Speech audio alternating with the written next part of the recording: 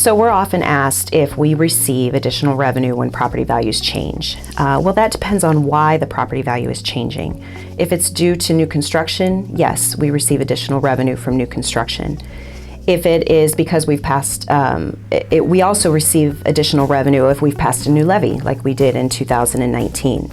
But if the property value changes just because of a reappraisal, we may receive just a little bit of additional revenue from inside millage, but the majority of our tax revenue comes from our outside millage.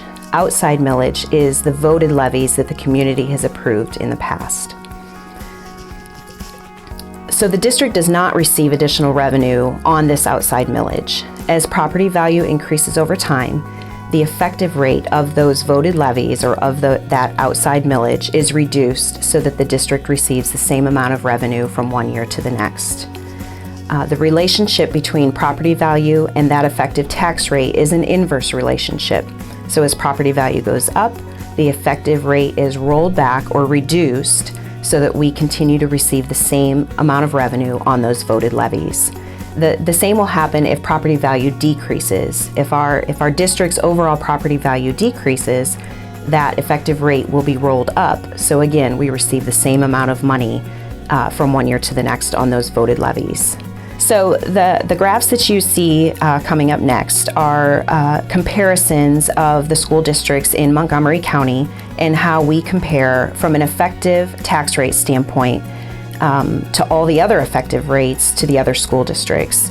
So for all levies, and all levies include all of our operating levies, it includes inside millage, it includes our bond levy, and it also includes our permanent improvement levies.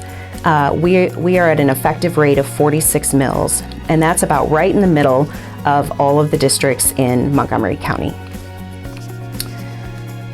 Then this graph is just taking a look at operating levies. So we've pulled out the permanent improvement funds, we've pulled out the bond levies because not all school districts have those, some do and some don't.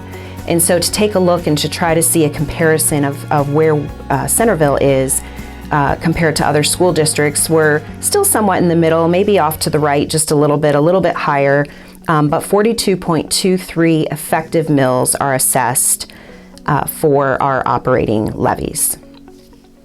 So in summary, it's important to remember that an increase in property value does not necessarily mean an increase in revenue.